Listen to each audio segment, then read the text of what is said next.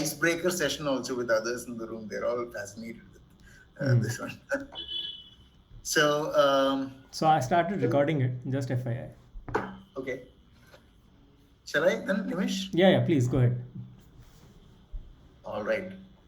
So, all right. Thank you all for joining in. This topic of this business thinking, like literally, it's like that.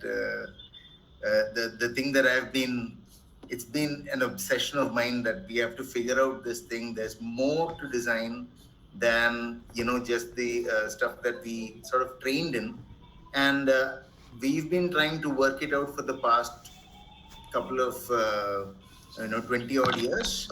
And I thought there were a few things in there which were very interesting to share with the rest of you. If it makes sense for you, then good, there's something that we get out of this talk. So the point in the title, actually the main word in the title for me is the word impact. And I think everything around what we're discussing today is to do with really what is impact as designers. And I'm thinking that it's more to do with the kind of way that businesses think rather than this design and design thinking and stuff like that. So let me just quickly go into the slides, for which I will have to go here, right?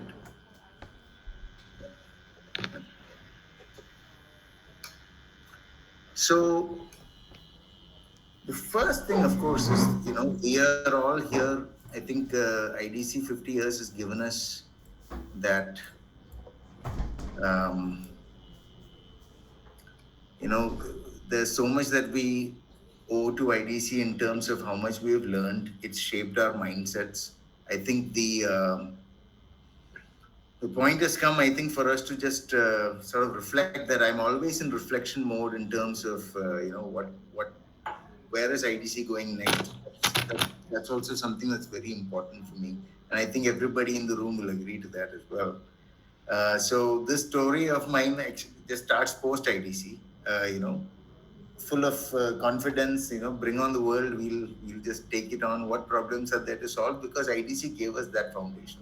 At least all the profis at our time, when they were able to sort of shape us, that was the thing that we took ahead. And so did I. So we started off. I joined. I didn't know where to go. Whether it was an industry that I wanted to work for, or was it studio that I wanted to go. What environment was what I was chasing. So I spent a little bit of time in both, and eventually I took a call that I will go and do a studio sort of a setup. I worked in both. I understood sort of what was going on, and then after about 2 or 3 years, we started our own studio with my co-founder, who's also from IDC. Um, and so we started Big Design Studio, and this was like early 2000s. And at that time we were very lucky that in a sense we got some really interesting work our way. We did a lot of work with Yahoo in that day, and there was Intuit. So there were these great companies to work for. Really nothing to complain about. We were working on brilliant problems at the time. Internet was just coming up. They were having communities. That was the day of Yahoo 360, and there was all of that experiment. Yahoo Images had just taken off. Intuit, of course, was doing a bunch of projects. So we were right in the middle of it, right from the word go. In a sense, we were very lucky that our foundation years started off that way. And there were so many things that we learned from these guys. So we did some great products. The money was good.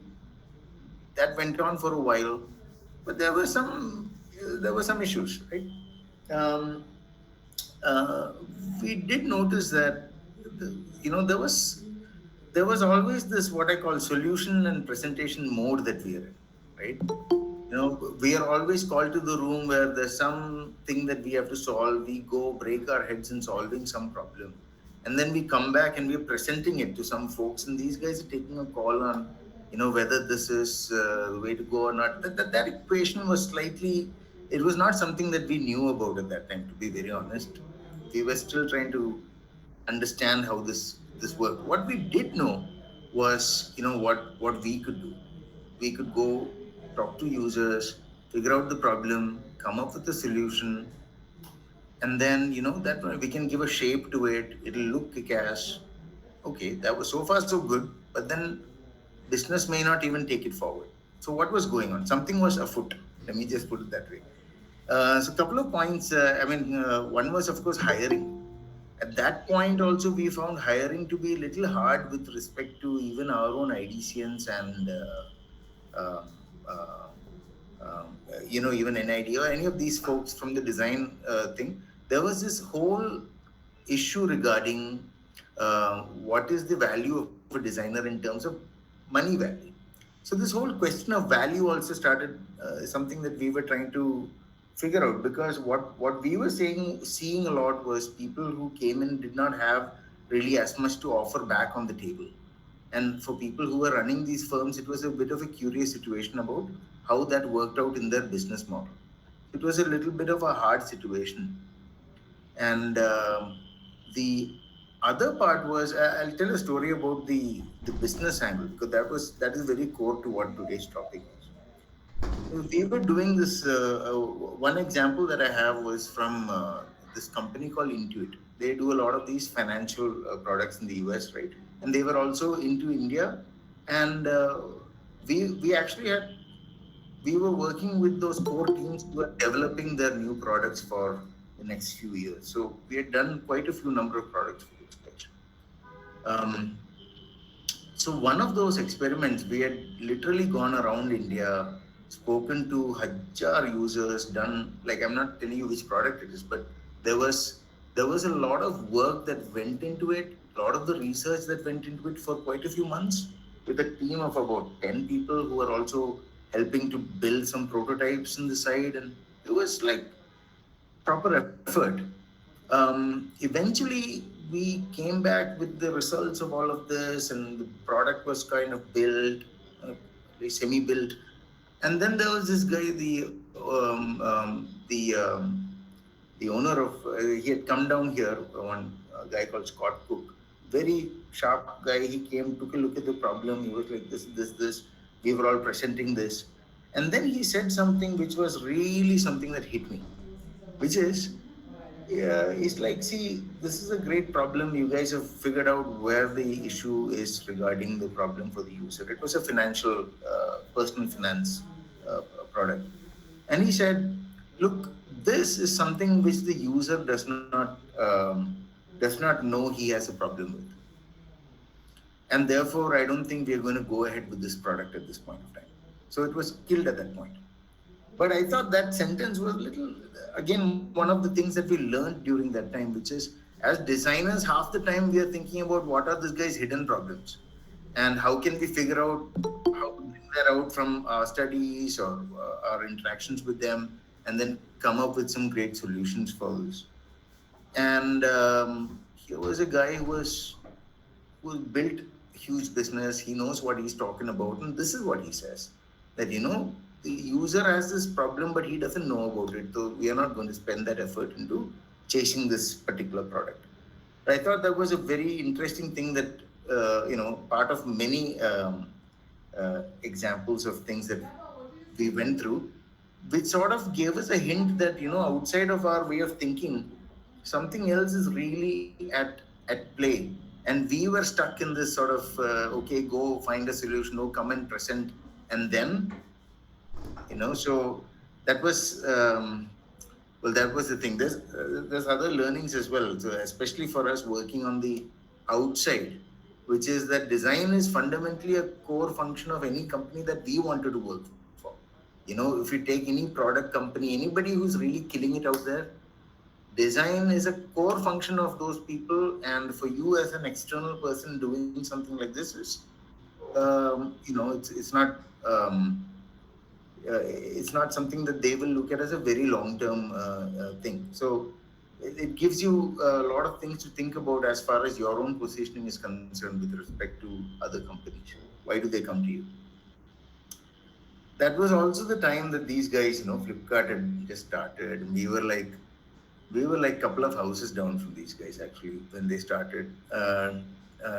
TIE was, so we are engaged quite a bit with a lot of these startups at that point.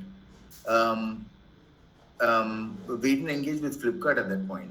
They were just down the road, and we were like, "Yo, who are these guys, and what are they?" Like, we are working with, some, and this guy just, replicating Amazon, and they're doing something here.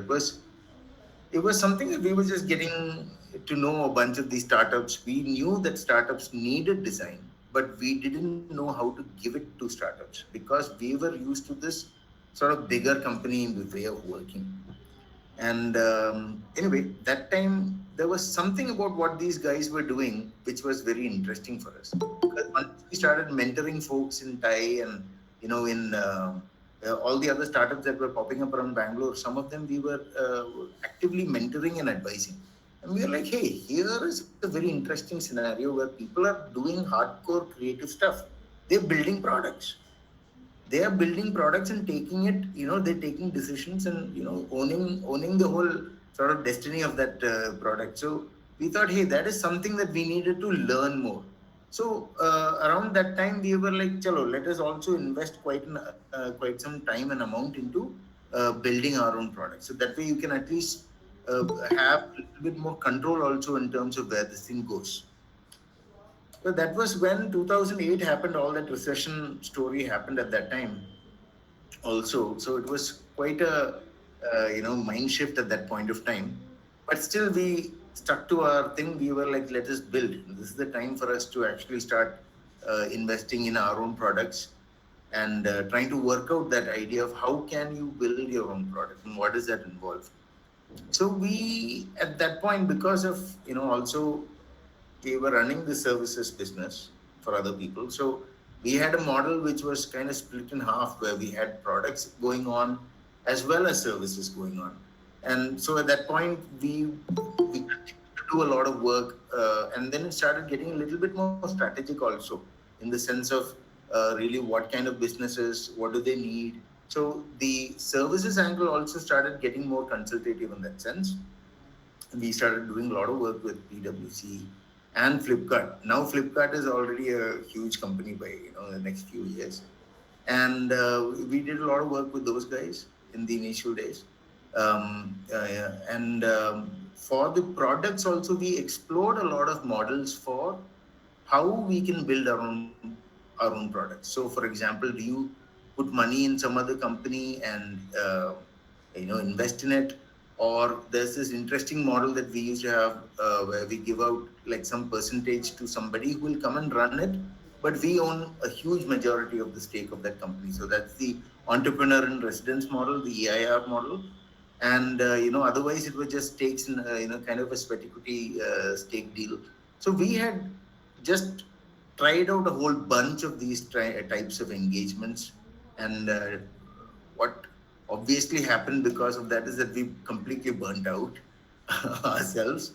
um, of course, time management became super critical, and dealing with various kinds of people. I mean, you just have to deal with people all the time.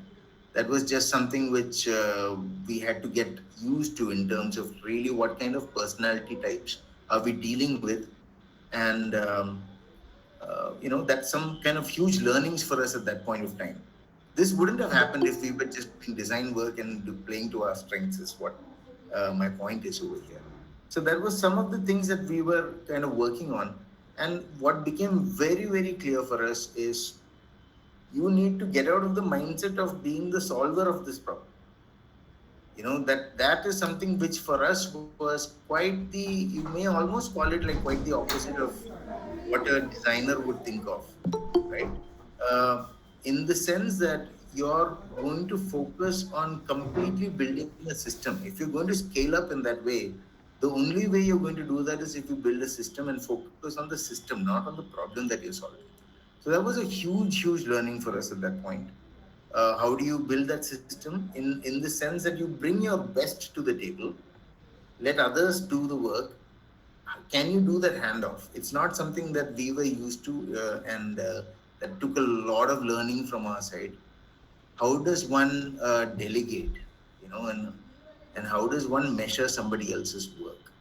These are all things which are very, very. I mean, this is the, I think, the hardcore reality of even doing design in any context, right? If you're working in a company, or you have to deal with these problems day in and day out, and the training for that is something which, even as a a person with 10 years of experience, it's worthwhile creating a course for these guys just to teach them these things. So we learned it the hard way.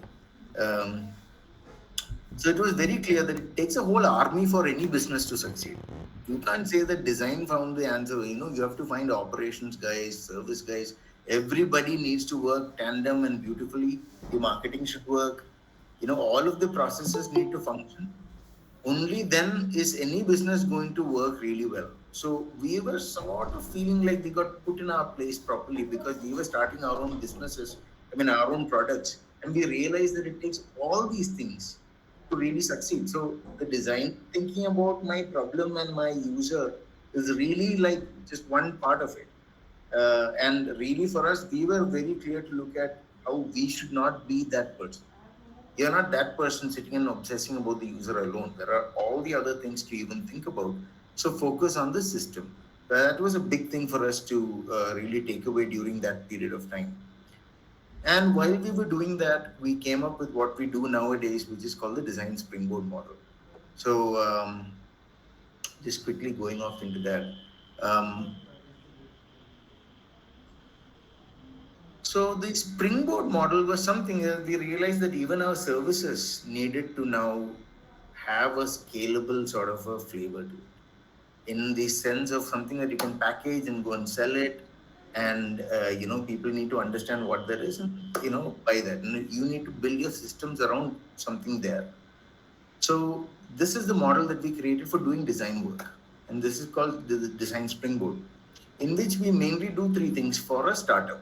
In various stages, they have slightly different needs, but you can think of early startup as well as you can think of a series funded startup. The three things that we did for them is, number one, go through their business strategy and iron that out, because that is one thing where they need alignment between their team. The second thing that we help them do is build their product. And most of the time we are doing digital driven products. So let's say that some UI UX product, that's what we're dealing with at least 80-90% of the time. The third thing that they needed help with was the brand. So in terms of how do you sell it, so everything to do with the communication, the positioning of that particular product, and how are you going to make those initial sales was the overall package that we were offering. The way that we had structured it was very workshop driven, in such a way that this could be done within 1 month. So 1 month, about 5 weeks was our average thing, and that was really very fast for these guys. It was in the flavor of how the startups were working, and that's really been something that they've been coming, and they've been really excited by this. So there's so many things uh, that made sense in that model for us as designers, that some of it was also relatively easy for us to hire the best designers in the world for doing this. So um, some of the components of this model are this. Since it's only a 1 to 2 month time frame, what happens is that it gives you enough space in between, in a month, in a year, to be able to take very meaningful breaks. Every 3 months, you can take a break for a month if you have to and come back after that. So that was something which was very interesting for me. It was very cutting edge in the sense the people that we are working with are all startups in this model. At least the startups that we're working with are out there. You're working on all the cutting edge technologies that are there today that are going to become popular in another couple of years. So you're always fresh. And there's so much of that cross pollination thing going on, because today it's education, some AI, some childcare. Every 2 months it's a different domain, and that was the flavor of why we wanted the studio in the first place. Um, we could do other things. So we had other things going on in terms of our own startups, which we were working on, as well as some social stuff that we were doing.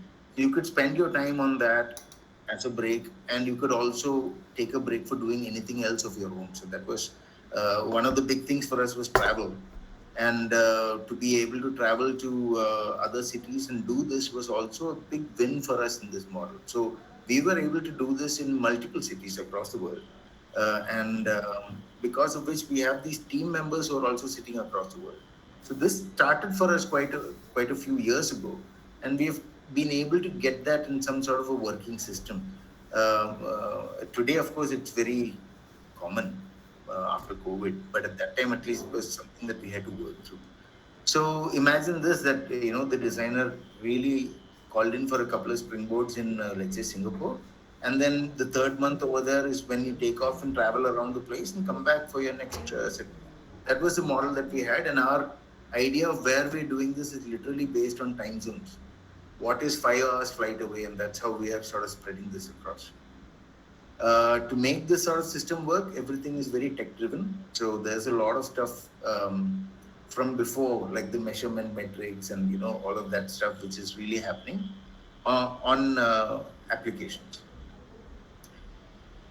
Uh, so I mean, I'm just rambling on. I really can't see anybody's faces, okay, but I'll just continue. So there's more to this thing in terms of how it works. Maybe I'll take it up in questions later on. So at the same time, we are also doing a lot of work with these corporate kind of folks, where we have workshops going on. The new thing for us is really innovation coaching, which is a thing which is a pretty long term stuff for teams that we do.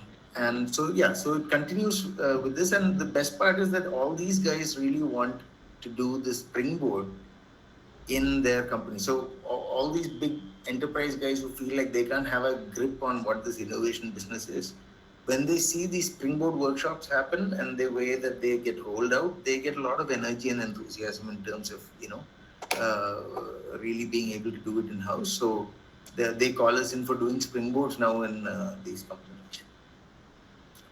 Um, yeah, so we've done quite a bit. Of course, a lot more to go. This thing, design must be a verb, not a noun. Okay, so this is something um, um, which I think I should touch upon for a bit. There's something that we realized while doing all of this.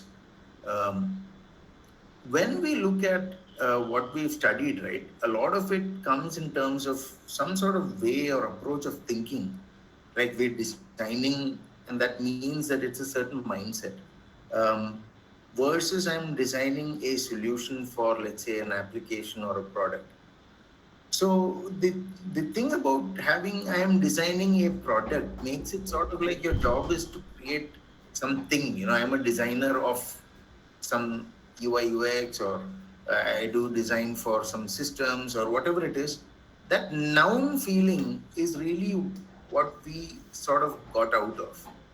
And we just focused on the idea that we bring in certain skill sets to the table, which are very valuable. In that sense, I think we've been able to still stay relevant, because the skill sets are always changing with respect to the thing that you're designing. Like within the UI UX world that we work in, within 1 year or 2 years, we had Figma come and knock the socks out of a lot of people, right? And these tools keep changing all the time. And we can't be on the one side you find all these tools and everything changing, but there's some part of it which doesn't change, and that part of it is what people find extremely valuable when they engage with us. So in that sense, from a learning point of view, we also thought that if it was structured very clearly for us, that there is a certain mindset which makes us really survive as designers, being able to connect the dots and whatever those things are. There's quite a few things over there that, as separate from any kind of skill set regarding executing on whatever has been thought about. So that separation was very important for us along this line, to say that, hey, we want to be able to clearly separate these two. Once in a while, we can jump in and do some execution because we love doing that. But most of the time, you're here because of the value you bring as some sort of a mindset that you bring as a designer. And I think that's the biggest value that we got while we were doing our stuff in ITC. So yeah, so our Impact 50 or actually quite a few startups done this in about 5 cities across the world. We've also started activating our investment model into startups. So we are actually putting in money into startups now and getting into that business model. So then back to the original question, Q, what is this impact all about? What is the real impact? And I'll be honest, I know that impact is a very personal, it has to have a personal definition. So what I have at least very clearly is um, what it is in our case, or rather, why I think personally this is a business kind of thought process has given a lot of value for me from as a designer, and the real impact that it has created for me is are these things that I've put up. So the first one is that um, you always sort of reset. You always look at what is your goal, where are you going. That question is very front and center from a business point of view, and it's something which I thought was really worthwhile for us as designers. So this idea of vision was something which I personally got from this exercise of running our own firm. It makes you question that part, and that vision will then have a secondary effect on a bunch of other things, which is the first one is that you have to search and hunt for a scalable business model. So you are looking for a business model that is quite outside of your skill sets. You remember I was talking to you earlier about the we were ending up doing all the work ourselves. We were not able to hire other people. So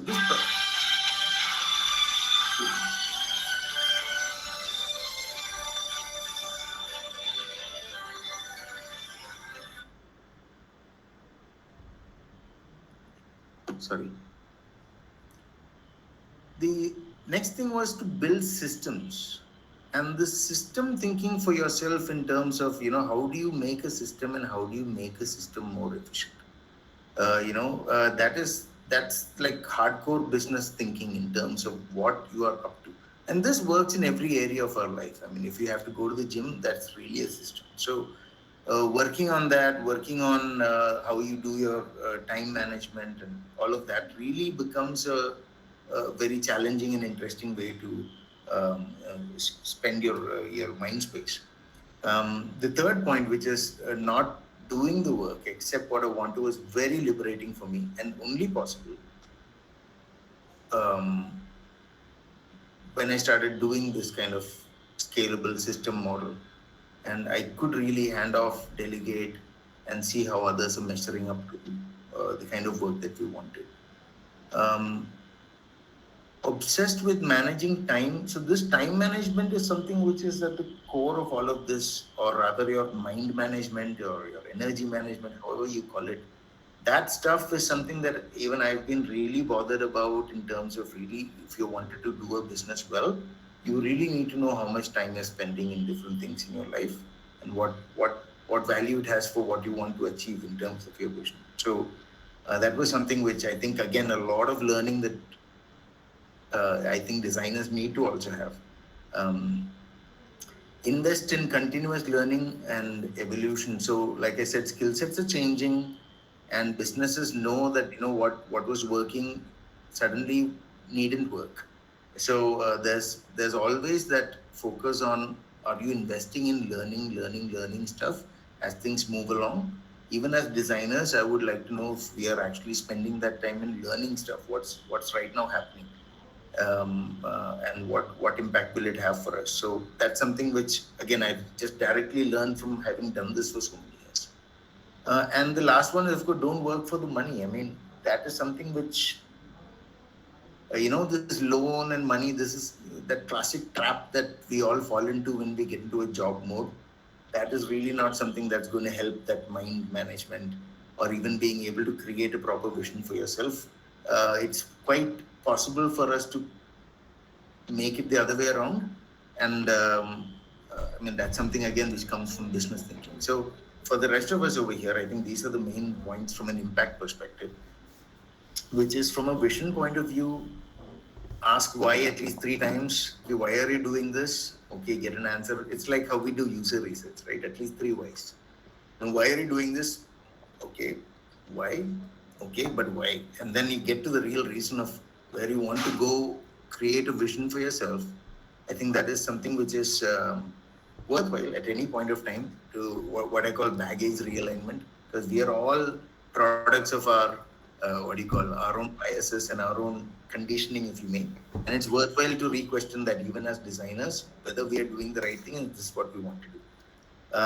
Build a scalable business model. Any design that we are doing does not have any meaning unless it makes economic sense, for the most part, at least from what I've seen. Unless you choose to do craft and some things which are not concerned with a slightly larger audience. So making economic sense means that you have to be in a room and understand economics, understand how businesses work and all of that. Build systems and work only on improving that. Metrics. Yeah, there's a classic thing on metrics which I'll come to after this. Do not do the work except when you want to, means that you have to work with other teams. How does a designer work with other designers and really get good work going? I think this is a skill set. Even in IDC, for example, I don't know whether they, like, I know it happens that we work on group projects, but I think there's more to it in terms of being able to tell people, how do you measure effort? How does one contribute? And that the team the focus on teams is something which I think we can all spend more time on, at least in IDC. Managing time, mind, and focus. Yeah, this is more about understanding yourself, and especially around your personal zone of when do you work best, and how does your mind really work? How are you spending your time? How is your energy during the day? Because I've seen I can't design if your energy is low, and it's really a question of energy management at some point. But that's something I think, as a study in itself, is worth doing. Continuous learning and evolution. The market is changing. I don't think we have to explain that a lot, but just take a look at it. On the one hand, we have all kinds of design schools cropping up where I had made that separation between verb and noun, like the strategy part or the thinking part of design versus the execution and the skill sets of that side. That side is quickly becoming commoditized, and you'll find more and more and more people coming in there, and they are there to do whatever we were doing earlier. That space is getting filled up very quickly. And if that market is changing, then what is the value for those kind of skill sets? Why are we worried about the industrial part in industrial design? Those things will move out pretty quickly. And then what are you left with? I think that part is something which we need to build up our knowledge more and more. And what you're left with is more leaning towards business, basically, right? Okay, so do not work for money, do it the other way around. This is basically, I think, self-explanatory. If you have that freedom, and I think for me personally, that was a very big thing, that this is something worth going after. Don't get into the trap of, getting into a job and then having your life sucked out of you for, so that was some of the things I think that business thinking has really made me think about, which I wanted to share with you. Yeah, the next 10 years are going to be a lot of fun. I don't know if we're prepared for that. There's a lot of stuff coming our way in terms of AI, and I can see that with all these startups that are going on. I really don't even know if the strategy part of design will hold its ground, but definitely the skill set part, a lot of it is going away. If you wanted 10 options of something, that's going to come at a click of a button very soon. At least within 5 years, you should see something of that sort going on. So climate is, things are going in certain patterns. I think we need to that's our learning for the next 10 years, I think, as a business. And the point of this whole thing, and I really feel like as designers, we bring that unique mindset. I think that's a very important thing that we have. This ability to sort of balance out your left side, right side of the brain is something which is very unique with this set of people I've faced. It is also there in entrepreneurs. They also have very creative mindset, and they are able to be very sharp regarding their logical abilities and stuff. But at least designers have that, and I thought it was something which we've always questioned, that we spend our time literally sitting and creating futures for other people, their businesses. We'll do all the work regarding that. Why can, and what some of the aspects of that mindset are this: we are very empathetic to users. We are able to understand what the future holds for them. We can apply that creatively, make something, make it look good. If we wanted to, we'll make it logical also, we'll fix this thing properly, that it makes business sense. We can do all of that. And you find other people starting more companies, doing all this innovation stuff from entrepreneurship. You have others leading the charge, and we've not seen too many designers really leading the charge on that. And that's something which I'm just lamenting here, but I think we need more design-led businesses. I think that's going to be, at least that's going to be something to deal with this scenario going forward. And I think I'd really look forward if IDC can be that place where it really allows an environment for something like this to happen. That will be phenomenal. So yeah, that was it. Sorry, I went like a speeding train, but anyway, monotonous speeding train. But yeah, it leaves us some time for some questions, I guess. But that was the end of what I had to say. Great hearing you, Shyam. Thanks, Umesh. So I think you picked up a topic which is close to my heart, and it's almost like something I would have spoken. Yeah. So I just want to bring out one dilemma in this whole thing, right? We are talking about, say, design, sort of getting impact focus. I think that's absolutely bang on. I think you just got it right. We've been too much focused on what is today's problem or current problem, right? But at the same time, what you're mentioning here, a lot of things go also into a little fuzzy domain of what business guys do or what technology guys do, or a lot of people, other people do. And of course, they're also kind of entrenching into design. So in a way, design is getting very fuzzy. That's what probably I get. But you also mentioned that the entire craftsmanship part of design, like what we do, we talk about, as a role of designer as such, So you're saying it's getting commoditized, and a lot of people to do that. So I think that's where the dilemma lies, because I still believe maybe there's a role for designer to play in this whole thing. Because whatever you mentioned, you don't need to go to IDC or an ID to do such kind of a thought process. I mean, it's very broad. So I'm just thinking, where does that balance come in? When does the designer, where and how the designer plays a role? I think that's a dilemma I see in this whole model. And I'm completely with you on most of the things. Yeah, I mean, I think there are a couple of examples from the Flipkart days. I think one of the things that I think our Sachin Bansal was asking this question. Ki yaar, how do you figure out that this is a good design? Ki acha, you did something. On what basis is this a good design? And that question again stumped me at that time, because we don't really, I mean, in the sense that our definition of metrics regarding what is a good design is not, at least for me at that point, was not very this thing. So this thing about craftsmanship is just one part of that. Of course, everybody appreciates that. But it's like our IRCTC, at some point, even how shitty the design is, somebody, if you want a ticket, you'll do what somersault you have to do to get it. And from a business point of view, that is what matters at the end of the day. And they don't invest in design. And we all know this ROI of, if you get better design, you can get better thing. Okay, so that story is there. I'm not trying to dismiss that or discount that. But my point was that with respect to even this craftsmanship or what is good design, there comes something that needs to be, measurable. So this question of what is good design, and this thing should be the first thing they teach, as designers. It's something that we want to have a common vocabulary on with everybody that we work with. So why is this good design? I mean, if you've gone through the bad experience of having designed logos for other clients, and if you know what that entails, right, in terms of I'm just giving logo as an example. There used to be a time where we used to love all the logos that we did, and there would be one more to fill in the numbers, and then the client would go select that one which we all hated, but it was there just to look like a big. And then we stopped doing that. That's just this whole idea of what is good design for us, completely lost on the guy who was our client.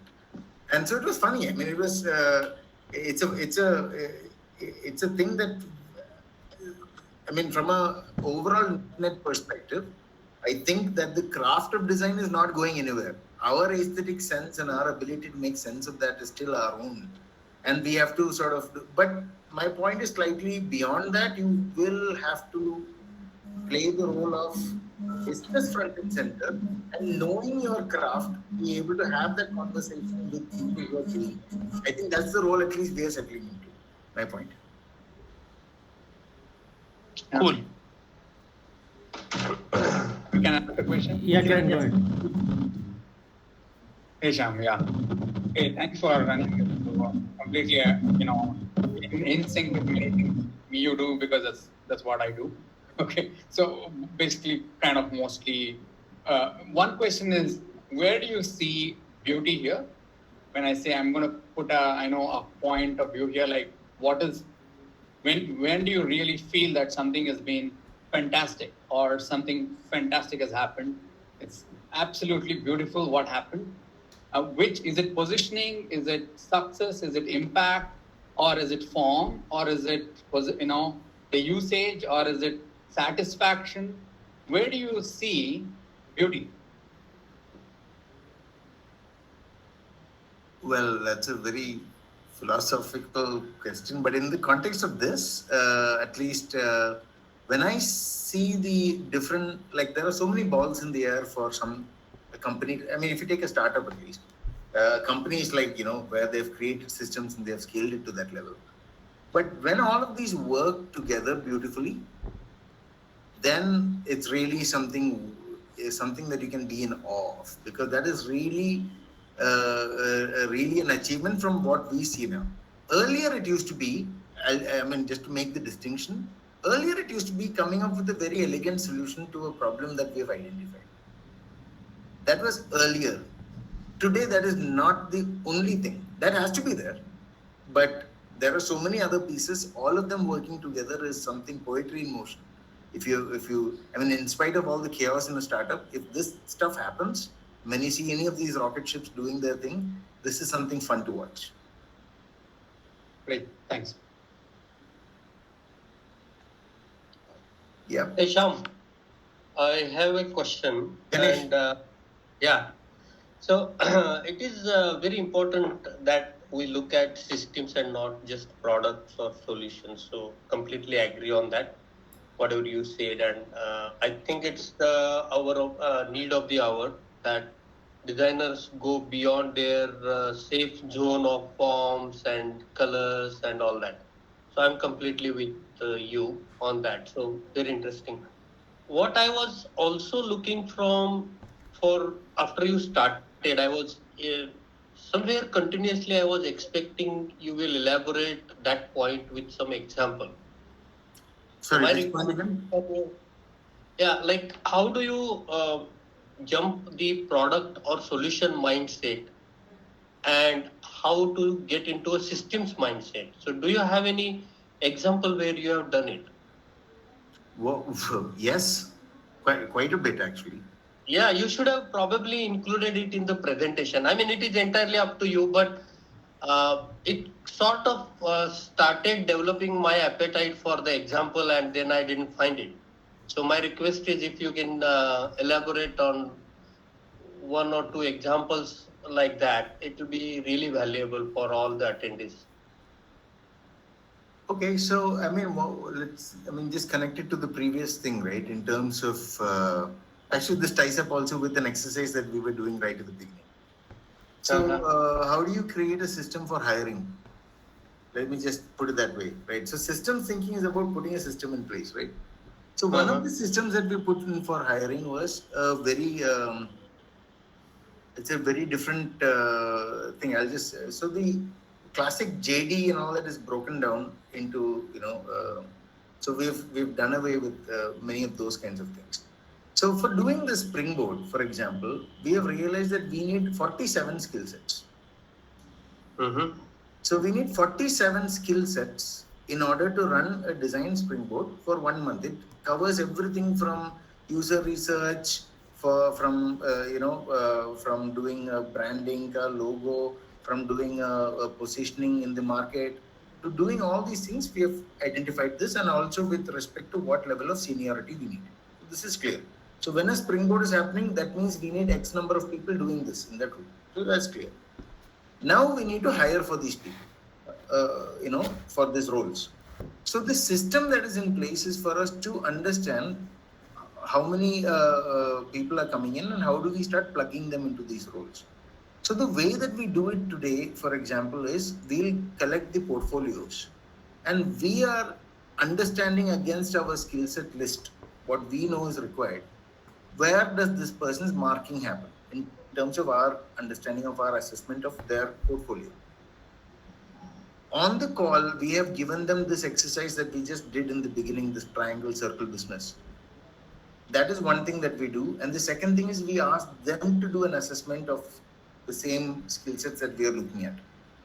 If the graph of like what we call it a graph, because if there are 10 things and if the marking of this is like similar or parallel to what we think, that means that more or less our assessment and their assessment is correct. Only they have given them smaller, they are a little bit more confused regarding their mark, or more very giving regarding their marks. So once we do that assessment, then we don't bother about too much in terms of just talking high, that's all fine. But next thing is to train them into our model of working. So the training modules are there. You've created a module, so whichever skill sets he's hired for, our billing and our thing for this guy, his money, his salary, really depends on which modules we are checking off against his name in a springboard. That's it. You don't come here and learn on this job, and some of those things I think I should show you. So that's actually the systems that we have, which I didn't want to get too much into. Those are like this sadhana, for example, is our continuous learning. Anybody who's doing a springboard as a designer, they get to practice on new things because the people who are working are very senior. And for them to work with other people, they have it on the app that this is what they're doing. Somebody wants to learn illustration. They're doing that thing amongst themselves, this sort of mentoring within the group. That is one thing. So this back to our topic. So you are good, really good at, let's say, conducting a workshop for positioning. Then you are there against that thing for that workshop, and you are conducting that session. And we have a method of how people are evaluating that.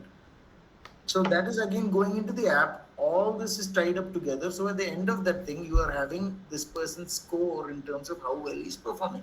So that's our system for hiring. So it goes across. When we started the initial interview, you've also done some sort of a training module against those skill sets. And whichever he wants to learn more, we have a method for that. How is he performing within the springboards? And therefore, as a result of that, what is the output even in terms of that bonus incentive and all those kind of things, right? It's connected like this. So you create a system for how you handle your internal people. I mean, that's just one example of creating a system. Because without these systems, without these measurable really entities flowing across the chain, how are you going to manage this, right? It'll not be. Does that give you an insight, Ganesh? Sorry, it had to be abstract. But yes, it is abstract, but better than the earlier things that you presented, because it was, frankly, very honestly, it was very high level stuff, and I'm probably not that intelligent, so I need some concrete things. No, sorry. It was really a general audience. That's completely my, Don't mind. See, this is things like GAN, right? It's all fine. It's like motivational book.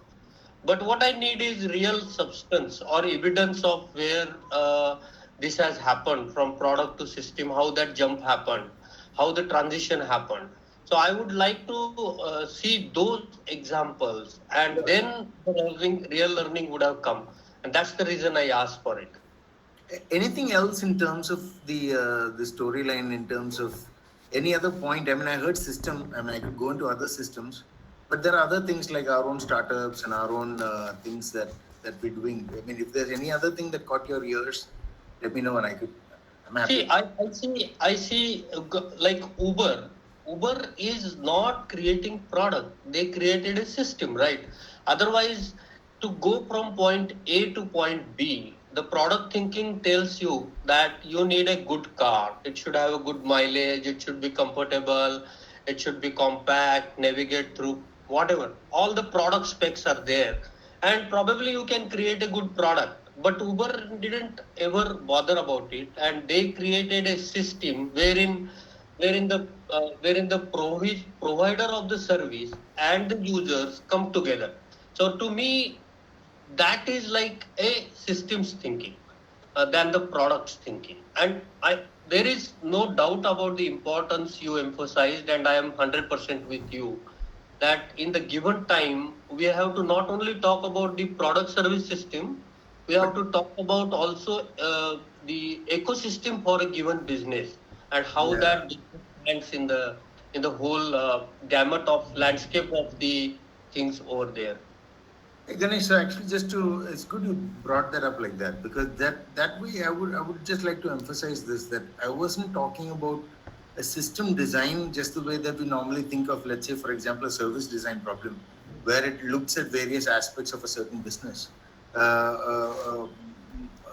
But just only the much smaller level problem of within any business. How do you write off all these systems and processes that just make it function without you? That's all.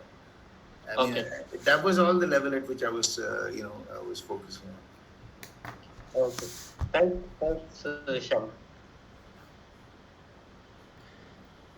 So, Shyam, I have one question. And Yes, in the current state that you are in, your company is in. So, what is the biggest challenge that you face? Is it sales? Is it hiring? Is it delivery? Is it collections? So, what is your biggest challenge?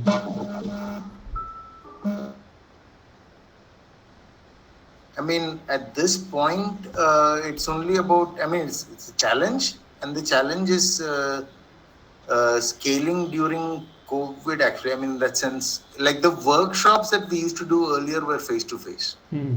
in the room, because this whole thing about like this thing called co-creation, right? So our model was not that we are superstar designers and you guys just listen to whatever we say. Hmm. Our complete model was based on how we get them to tell the solution what we want, and that way they will own it 100%. So that was the kind of model that we had, which was really effective in a in a physical space. Hmm.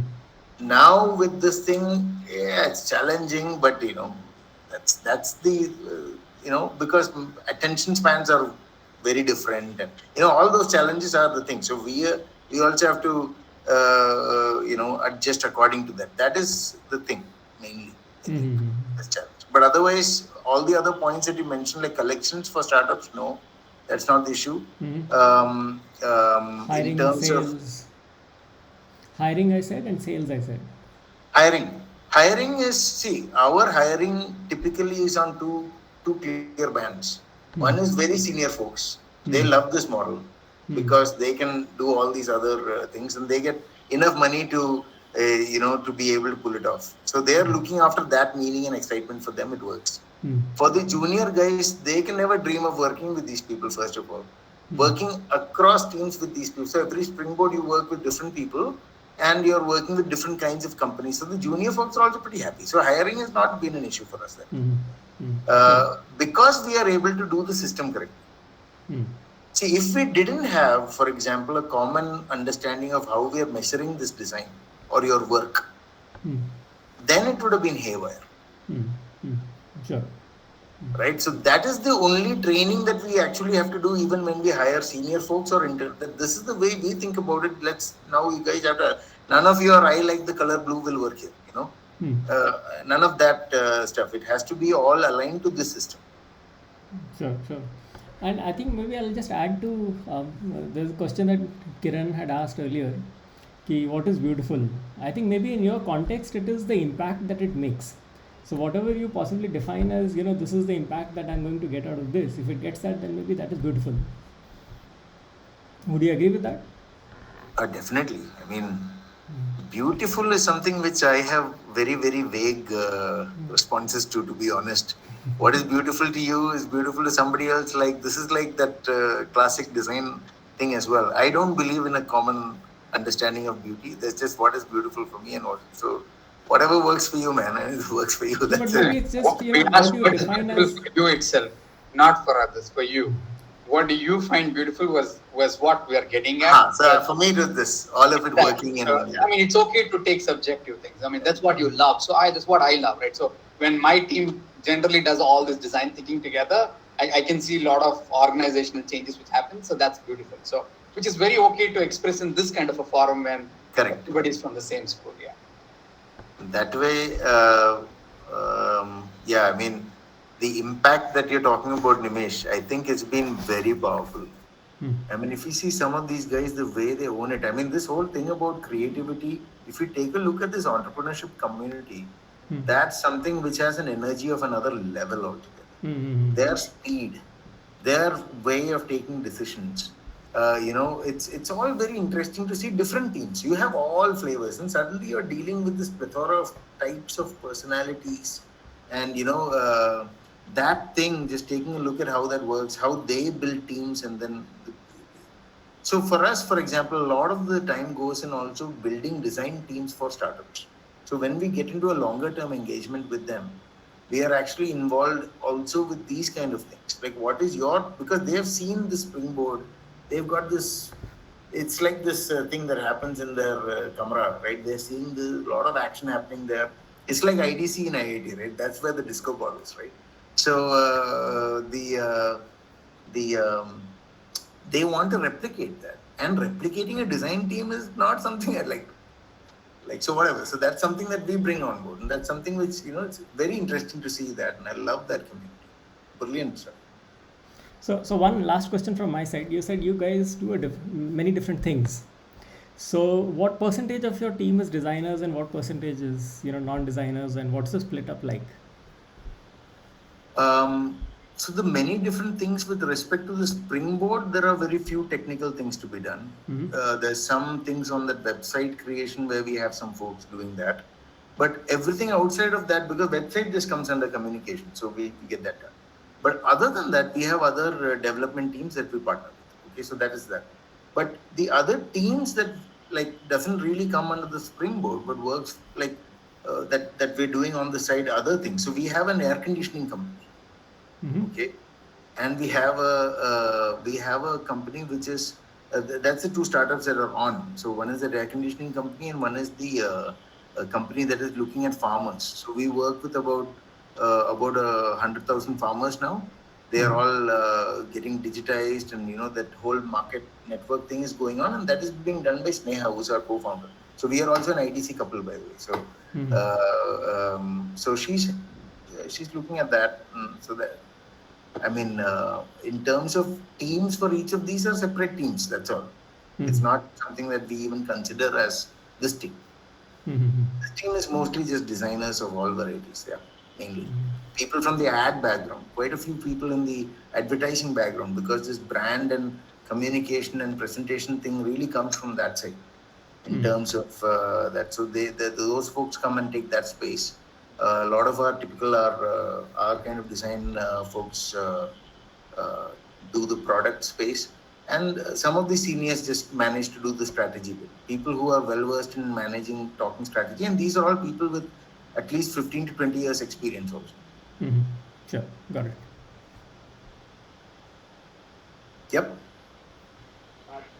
Hi, Shyam, Samir here. Amir, Just one question. good seeing you. Dichotomy in my mind regarding business, and when you say don't focus on money, to me, am I audible at all? Yes. To me, business is about money creation. So I do not understand when you say don't focus on money, but focus on maybe your passion.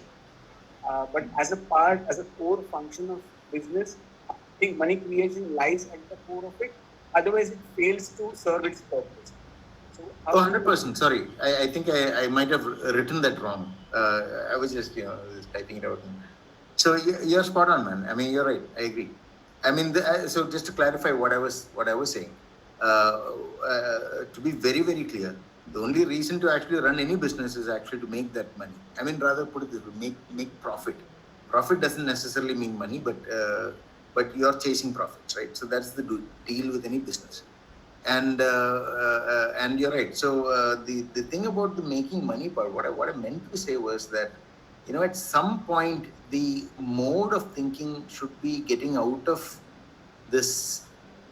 I need to make this money in order to serve. The moment you build a system and the moment you make it scalable, then money is not your factor, because by then you have made something which has generated money. The point regarding the money is just to clear your mind, because I've seen that as a designer, thinking about multiple things, it doesn't work if you're baggaged with a lot of things. So the moment you are having a system where you've made money, you are able to put that money in different places and somehow start the reverse flow of that money coming in and sort of taking care of some of your bills, because at the end of the day, our bills are only this much. So get that out of the picture and be free enough to be able to do what you really want to do. I mean, that was the point. Sorry, I didn't mean it that the other way around. Thanks a lot. Good talking to you. Hey, after a long time, I see you. This shape and form, I need a snapshot. Haven't seen you like this. How big is your team, Shyam? So the springboard team is literally zero. So our model again over there is that we don't work with internal staff. At least for the past few years, we haven't been that way. Slowly, we started hiring about maybe around 8 to 10 people are there right now. But otherwise, our like the way that people come together and go is based on a project. So we work with around 40 odd people. They are across the world. So we do work in San Francisco, in New York side, and Singapore. So mainly these areas, and our designers are all sitting around over there. So because of the model where we were having them also to actually do the workshops, right? So because of that, we would manage with a few seniors in these locations, and so the model is really come and go with each project. That's about it. So yeah, I mean, I just told zero that way, but the point is that there are at least 40 odd people working on it. Whether you call them, we actually hated this whole employee business right from the beginning, because people coming and going within 1 or 2 years, doesn't make sense anyway, in that sense. So yeah. So it's quite commendable that you're able to hire just in time, or get people on contract just in time. Oh yeah. It's one of those things. Also, the cities are like a few hours away. So you could get somebody to fly in, and then the workshops are only for the initial week for a few days. So for them, it's a cool thing for them to tell, I'm going there for 3 or 4 days, I'll do a little travel around and then get back. It's a great break for them. And everything else is remote anyway. Sure. Right. So that way it works. The model is actually built around that if need be, this guy will fly from either side for 5 hours and then, and then get there. So Okay. that is... The main people that you need actually are the people who carry the room. Sure. And the people who carry the room are only these, a few of the seniors who are all over the place. So that's okay. That's manageable. And what's your source of business? As in, how's our marketing? Yeah, marketing and sales, yeah. Right. So actually, for the longest time, we are this word of mouth kind of people. Unfortunately, okay. I mean, I'll say that in the sense that, not unfortunately, it's work because I think we've done some decent work. So people will tell that they've done some decent work. Okay. But that's a fundamental flaw that we are very hard in. We're trying to rectify that. It takes a very big mindset shift for us. Maybe to your earlier question of a challenge, this is our biggest challenge. And part of the reason that mindset sat in was because, see, in the initial days for all these kind of companies that we're working for, we can't even tell what product we're working for and what we're doing. It's all so confidential for God knows how many years and whatnot. We never got into the mode of talking about our work. Right. So we were always like, yeah, whatever, right? I mean, we're doing something for these guys, but I can't tell you. And So then what do you do, right? So then we started doing this startup work, and we slowly started talking to people. But then we realized that the efforts into that were really something that even without that we were fully packed. So that went on for a long time. Now recently we have got stuff that is being created, but that is only sent to startups. Like, what are all these different sessions and this and that's, all like more like explainer video type of things, rather than any marketing effort per se, because we are getting enough from that investor and startup community that this happened for us. But something that we should rectify. For example, all the stuff that I've told over here, apart from these startups and these, I mean, all this community that has done it, nobody really, we have spoken about this to say that, this is exactly the nature of what we're doing and why, that's something that we'll see. But I think you should also give us some insight into how to actually start doing a marketing. Where do you find a little pathway to market this stuff off? I mean, our goal was actually to get the systems right first. Like the tech-driven thing is a big thing for us and all of that stuff. Once we did that, then you put the accelerator down and then start going and talking to more people, and that's about it, right? So it could grow that way. COVID hit us big time, obviously, in the sense that, even some of the cities that we were planning, we stopped for that thing. But obviously, I think now it'll come back in some fashion. So it's time to put that hat back on and really work on that. Sure. So word of mouth, very, very sad answer on that, but yes. No, I think it's a good answer. I mean, if it works, then there's nothing like it. You don't need anything else. But yeah, That's true. I mean, that at least that shows maybe to some degree of the impact that we've been. Yeah, absolutely. It's good. Absolutely. And that's what I think, going back to my last slide now, I think designers can do that. Yeah, this has been one thing which is really bothering me. For this thing, our IDC is sitting inside IIT. Where are the companies? It's a thing. It's a real hardcore botheration for me, that sitting in the heart of the ecosystem of funding and technology in this country, that we are not having that. So I think, that's generally my point of this. And I think more effort towards this, I think, will result in us having those companies. It should be there. I know there are some, there's some programs running there in IDC for entrepreneurship and this and that. So, I think new building is also along with Sign, which is that entrepreneur thing of entrepreneurship cell of IIT. So I don't know, something should happen. But I think more of it is to do with that mindset. If this leadership angle starts coming in, where you take charge of that product and take charge of that company, that's when it will happen. You get out of this, I solve the user's problem and here are my two options, and that's not going to work. Yeah, anyway. Just, okay. Anybody else? I think we have run, we have overrun by about 15-20 minutes, but if there just are one last bit, just one quick bit. Yeah. Hey, Hey, Shyam. So since we are all of us are ex-IDCians, how do you see Shyam going back into IDC and tutoring, mentoring, your 2 cents on what probably we missed out? We did have this course on design management and, something like that, which Professor Munshi, taught us. Whatever, different people got different takeaways. But after having run a business for nearly 2 decades, right? Nearly 20 years, what would you kind of tweak or input so that the next generations coming out have that entrepreneurial bug, or probably are more well equipped to run something on their own? Not that drive bit, because that's completely personal, right? One sees, and why I ask this is, and whatever, the 30 of us are here right now, one sees a hugely entrepreneurial drive, motivation amongst NIDians to perform and to start off on their own after having worked for a few years or immediately. One does not find as much amongst IDCians.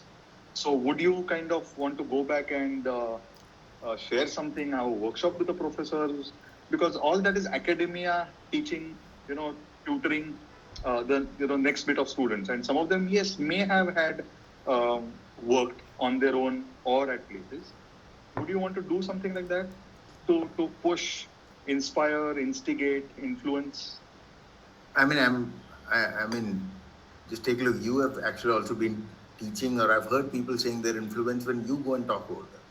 Like more people talking in that place, telling ki, why this is the kind of thing that is going on. Why at least out of 10 people, if one person can do, right, that's good. Sure. So that's one. The thing, I mean, there's other mindset differences, and NID is a very different mindset because also about how they get funded. Like people are putting in their money also in a different kind of scale compared to the kind of folks and what we're doing in IIT. Right? There's all kinds of, I mean, this ties back to that mindset problem for me. If our mindset is very cushy in terms of taking a job, this and that, I'm solving a user problem, then is going on, I'll spend my time. If that mindset continues, then nothing is going to change really over there. Then we'll continue to train them on how to solve a business problem for a user. And like the shocking examples for me were the ones that I said, that guy is like, yeah, user ko pata nahi isko problem hai, why are we, so those kind of things are completely antithetic to how we think of so almost the 2-3 things that I've been bothered about. Number one is define design clearly enough to say this is what the school stands for. Starts there.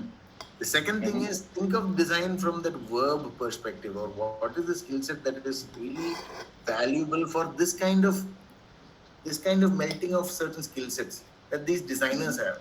They have something really unique. Okay, that thing enhance that. Don't get them into an industry mindset, enhance this side of the story. So something around that, I think will be, and of course, like, more folks going and talking, giving those examples, even among alumni, to be able to put together a fund and, try to get some of these folks to start up. I mean, all these things are still now possible, that you can actually do a lot of things, I think.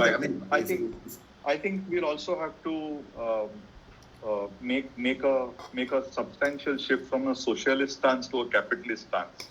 Do you think that also makes a difference? That this comes in from Bauhaus and Ulm, and it's a sensitive area that one treads on, but very, very sensitive.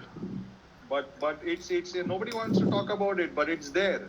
All of us seem to be wearing a socialist hat, but wanting to move in a capitalist direction. Punch me if you feel so, but that's the truth.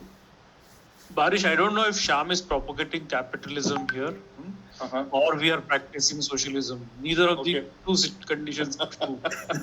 So, and I feel that's the last thing IDC should aim at, to move to a totally capitalistic system, which is very exploitative, and it's been proving that the problems of the world lies in, there is no one answer for all. Yeah.